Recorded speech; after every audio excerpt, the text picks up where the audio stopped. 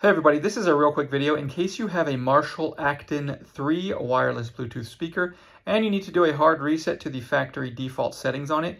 You're going to want to do this reset for one of two reasons. The first one is troubleshooting if you're having any issues with this speaker not connecting to your phone or not pairing with Bluetooth, or if it seems to be not responding or it keeps disconnecting or it's having sound issues, or even if it's not charging.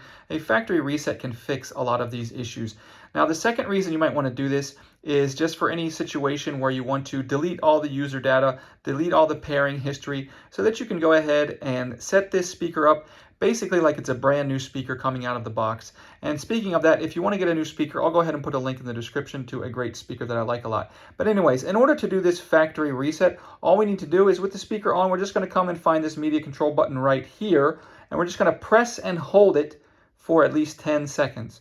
So after those 10 seconds or so, it will cause this speaker to reset into its factory default settings. You can go ahead and pair it to your phone like you're pairing a brand new device. You'll need to delete the old one. So anyways, thanks a lot for watching. If this worked, if you would please leave me a like, I would really appreciate it.